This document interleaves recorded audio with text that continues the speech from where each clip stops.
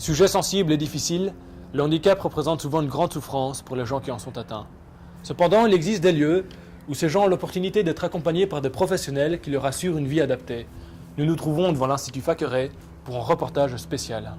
Donc Facqueret, c'est un centre de jour et un centre d'hébergement qui accueille des adultes qui ont une infirmité motrice cérébrale. Nous accueillons des personnes entre 18 et 60 ans. Tout est vraiment pensé en fonction de la personne.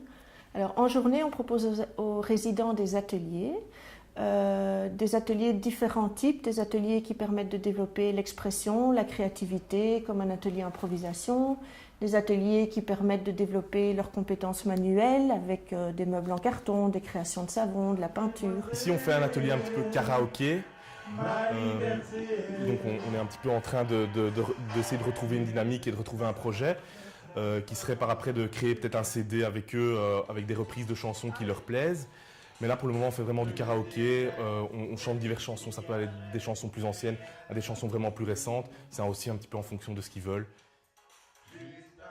Le défi au quotidien, c'est essentiellement d'accompagner au mieux la personne dans son autonomie et dans son bien-être. Un gros défi qui se lance maintenant à Facqueret, c'est le vieillissement de nos résidents et donc l'accompagnement des personnes avec un état physique qui peut se dégrader.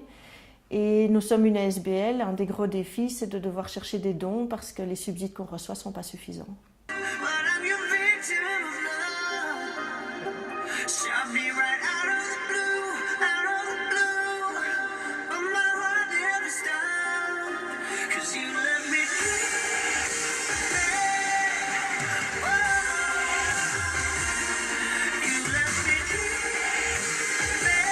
On m'appelle Didier Figuiron. Je mixe principalement de l'électronique.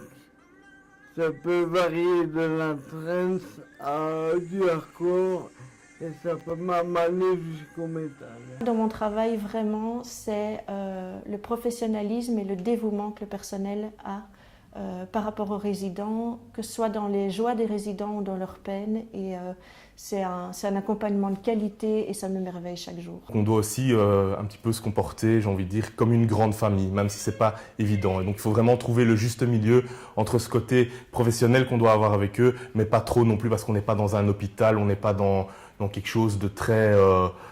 où ce ne sont pas des patients, ce sont des résidents, c'est comme ça qu'on les appelle. Donc voilà, c'est ça la grande différence.